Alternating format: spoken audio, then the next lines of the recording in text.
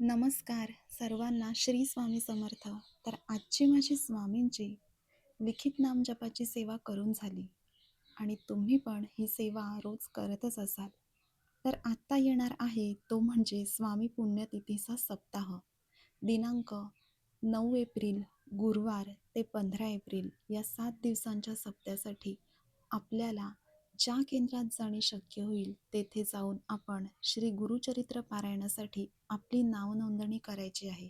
जर आपल्या गावात केंद्र नसेल तर पिठापूर, गाणगापूर, नरसोबाची वाडी, त्र्यंबकेश्वर गुरुपीठ व त्याचबरोबर आपला दिंडोरी दरबार यापैकी ज्यांना ज्या ठिकाणी जाणे शक्य आहे त्यांनी तिथे जाऊन 9 ते 15 या 7 दिवसांच्या काळात श्री गुरुचरित्र पारायणाची व इतर सेवांची आपली नावनोंदणी करावी.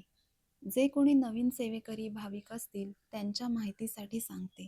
सर्वच दिंडोरी प्रणीत केंद्रांमध्ये स्वामींच्या पुण्यतिथीनिमित्त अखंड नाम जप यज्ञ सप्ताह कसा असतो याविषयी 1 महिना आधीही मी एक व्हिडिओ केला आहे. त्यातही बरीच माहिती दिली आहे. यामध्ये या सप्त्याच्या वेळी पहिल्या दिवशी सर्व देवी देवतांची स्थापना असते. त्यानंतर दुसऱ्या दिवसापासून पहिला श्री गणेश याग व मनोबोध याग हे दोन याग दुसऱ्या दिवशी असतात. हे दोन याग असतात. बघा, या मनोबोध यागाचे एक वैशिष्ट्य आहे की संपूर्ण भारतामध्ये आणि आता भारताबाहेरील दिंडोरी प्रणीत केंद्रांमध्येच हा मनोबोध याग केला जातो. समर्थ रामदासांनी जे मनाचे श्लोक लिहिले आहेत त्या प्रत्येक श्लोकास हविर्द्रव्याचा स्वाहाकार करून हवन केले जाते.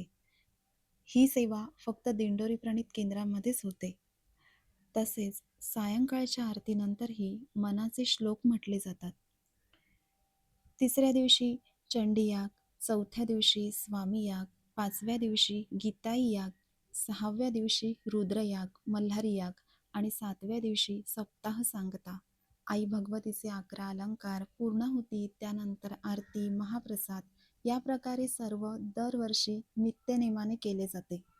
तर अशा प्रकारे या सप्त्याची, या गुरुचरित्र पारायणाची आम्हाला आतापर्यंत प्रचंड अनुभूती आलेली आहे. तर त्यातीलच एक अनुभवलेला दिंडोरीच्या सप्त्याविषयी सांगते. गेल्या वर्षी 2025च्या एप्रिलच्या सप्त्यात आम्ही घरातले सर्व दिंडोरीला 7 दिवस गेलो होतो. हा मी स्वामींच्या कृपेने अनुभवलेला दिंडोरीचा पहिलाच सप्ताह होता. तिथे गुरुचरित्र पारायणाच्या त्या दिवसांमध्ये जे अनुभवले ते सांगते. तिथली ती रम्य पहाट, सगळ्यांची एकदाच गुरुचरित्राचे वाचन करण्यासाठी जायची पहाटे अगदी ब्रह्ममुहूर्तावर 3-4 वाजल्यापासूनची जायची ती घाई. मग 4 वाजल्यापासून अध्यायांना सुरुवात केली की 6पर्यंत, 6:30पर्यंत त्या दिवसाचे अध्याय वाचून व्हायचे सुद्धा. मग तिथे सांगितले जाते, गुरुचरित्र वाचकांना साधारण 6 वाजता सर्वांना चहा प्यायला बाहेर बोलवतात. नंतर लगेच 7:30ला औदुंबर प्रदक्षिणा असतात. त्या अर्ध्या तासात झाल्या की 8 वाजता भूपाळी आरती होते. त्यानंतर लगेचच नित्यस्वाहाकार याग यांना सुरुवात होते. त्या दिवसाचे याग झाले की 10:30ची आरती आणि मग लगेच महाप्रसाद. या सगळ्या गोष्टींमध्ये दुपारचे 12 कधी वाजतात ते कळत नाही. मध्ये मध्ये आपल्या गुरुमाऊलींचे हितगुज चालूच असते. मग महाप्रसादानंतर लगेच पुन्हा दरबारात येऊन ज्या दिवशी जो याग असेल त्याची सेवा आदल्या दिवशी तो ग्रंथ वाचून करावी लागते. जेवणानंतर मधल्या जवळजवळ 1:30 ते 3 पर्यंत दुर्गा सप्तशती, स्वामीचरित्र, मल्हारी सप्तशती त्या ग्रंथाचे पाठ त्या दिवशी वाचले जातात आणि लगेचच गुरुमाऊलींचे 2:45-3 वाजल्यापासून अगदी 5:30 वाजेपर्यंत गुरुमाऊलींचे सर्वांना हितगुज ऐकायला मिळते. दिंडोरीला आलेल्या सर्व भाविकांना अगदी सर्व विषय माऊली समजावून सांगत असतात. त्याचवेळी आलेल्या नवीन भाविकांना त्यांचे प्रश्न मांडायला मिळतात. तसेच त्यानंतर परत 5:30 नंतर पुन्हा औदुंबर प्रदक्षिणा व नंतर 6:30ची आरती.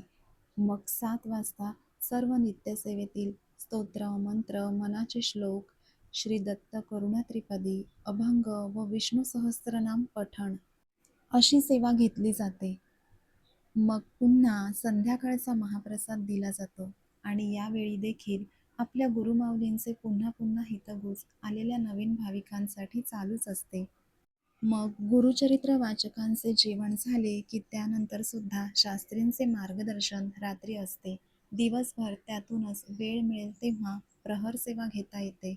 एकूणच सर्वच केंद्रांमध्ये याच वेळा व नियोजनानुसार अखंड नामजप यज्ञ सप्ताह घेतला जातो.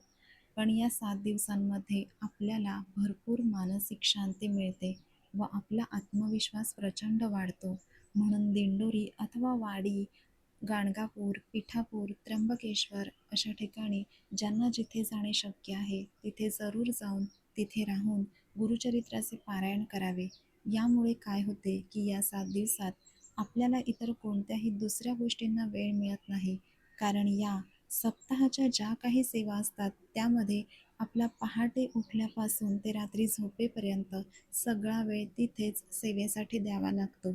आणि जर कोणी अशी व्यक्ती एखाद्या घरामध्ये असते की त्याला किंवा तिला आपल्या घरामध्ये असताना सतत ताण-तणाव, मानसिक अस्वस्थता, सतत काही ना काही टेन्शन सतावत असतील, तर अशा व्यक्तींनी पहिले अशा ठिकाणी 7-8 दिवस त्या गुरुचरित्राच्या सेवेसाठी जावे.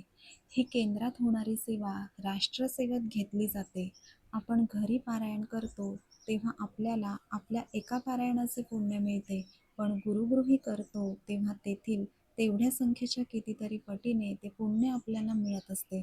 त्यामुळे दरवर्षीच्या 365 दिवसांमधले 7 दिवस आधीच सुट्टीचे, कामाचे नियोजन करून राखीव ठेवावे व अशा दत्तधामांवर किंवा दिंडोरीला सप्त्यासाठी जावे.